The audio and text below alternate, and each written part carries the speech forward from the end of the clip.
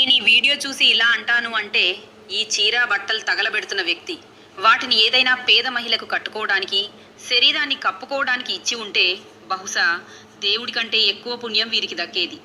ఇంకా వీరు ఎంతైతే ఈ డ్రై ఫ్రూట్స్ పండ్లు అన్నీ తగలబెడుతున్నారో వాటిని ఏదైనా పేద ఆకలితో ఉన్న బిడ్డకు ఇచ్చి ఉంటే వాడి కడుపు నిండేది. బహుశా వీరు పుణ్యం సంపాదించుకునేవారు. కానీ ఇప్పుడు కొంతమంది అంధభక్తులు వచ్చి అది వారిది, వారి సొంత నమ్మకం అని అంటారు.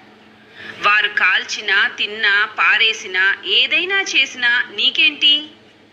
అయితే తినే వస్తువును కాల్చటంలో నీకు నమ్మకం ఉంది, పారేసే వస్తువును తినడంలో కూడా నీకు నమ్మకం ఉందా? ఏంటి నీ నమ్మకమే చెల్లుతుందా? ఈ పంతులు తగలబెడుతున్నది ఇతని సొంత డబ్బులో ఒక్క రూపాయి కూడా ఉండదు.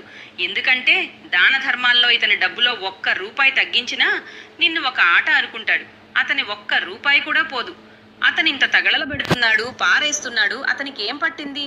పక్క నుండి తగలబెట్టడానికి తీసి ఇస్తున్నది వీళ్ళే. ఇదే మన ప్రజలు, మూర్ఖ ప్రజలు. ఎందుకంటే వాళ్ళ మెదడు స్థానంలో పేడ నిండి ఉంది. ఈ ప్రజలు పేడ తిని వాళ్ళ బుర్ర ఖాళీ చేసుకున్నారు. మరి మీ భక్తి ఇలాంటి వాటిల్లోనే ఎందుకుంటుంది? మీ భక్తి మలంలో కూడా ఉండవచ్చు. అయితే మీరు మలం తినండి, మలాన్ని కాల్చండి, మలంలో పడుకోండి కదా. మీ భక్తి ఇలాంటి వాటిపై ఎందుకుంటుంది?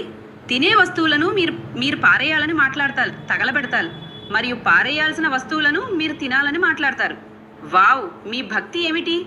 ఇప్పుడు ఎవరైనా ప్రశ్నిస్తే మీకు మండిపోతుంది. మీరే చూడండి అంధభక్తులారా, ఇది సరైనదేనా?